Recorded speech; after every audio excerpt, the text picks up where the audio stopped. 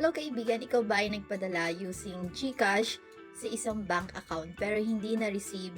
At ang masakit, nabawas pa dun sa may GCash balance mo yung pinadala mong amount. Ano nga ba yung solution pag ganito yung na-encounter natin na problem kay GCash?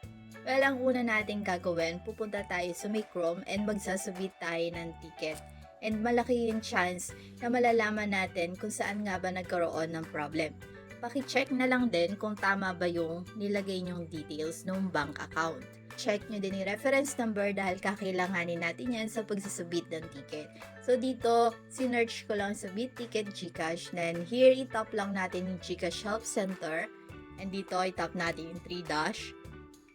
Tap contact us and itap natin yung chat with GG dito sa may baba. Dito, itatype natin sa may message box yung submit ticket. And bibigyan nila tayo ng form kung saan maglalagay tayo ng mga personal details ng ating account. Make sure na alam niyo yung email address na nakalink doon sa inyong GCash account. So dito, submit ticket, type ko lang.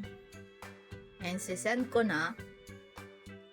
Kasi hintayin nga lang natin yung form.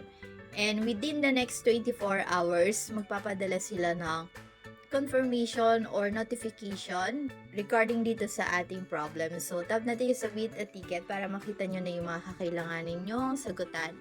So, ito, it depends pa kung meron pa madadagdagan dyan. So, yung email address, registered full name natin, mobile number natin doon sa ating account. Tapos dito, mag-a-add kayo ng additional information doon sa inyong concern.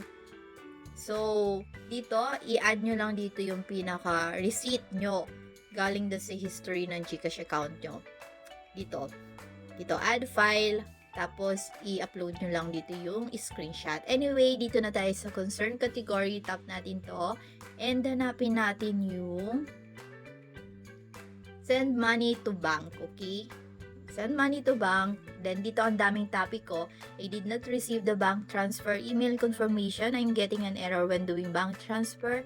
Pero yung sa atin kasi is, the money I sent did not transfer to the nominated bank account. So, yun lang kasi yung mga options sa pagpipilian. The money I sent did not transfer to the nominated bank account, okay? And, halimbawa, nabawas nga dun sa inyong balance, sa GCash balance nyo, indicate nyo na lang dito yun sa my other information. Now, kung hindi nyo alam kung paano kayo magpo-form ng paragraphs, pwede nyo ilagay yan sa ating comment section para ita-translate naman namin sa English kasi mas better kung English yung language na gagamitin natin, okay? So, dito ilalagay lang natin yung reference number ng ating transaction at makikita nyo yon sa history ng GCash. Now, magkano ba yung pinadala mong amount, okay? So, importante na exact amount yung ilalagay mo dito. And in date of transaction, makikita mo rin yan sa iyong receipt, pinaka-receipt ng transaction mo. Tapos, naka-receive ka ba ng SMS or in-app confirmation? Ito ay optional lang. Pwede ka pumili dito at pwede rin naman na kahit wag mo na sagutan, okay?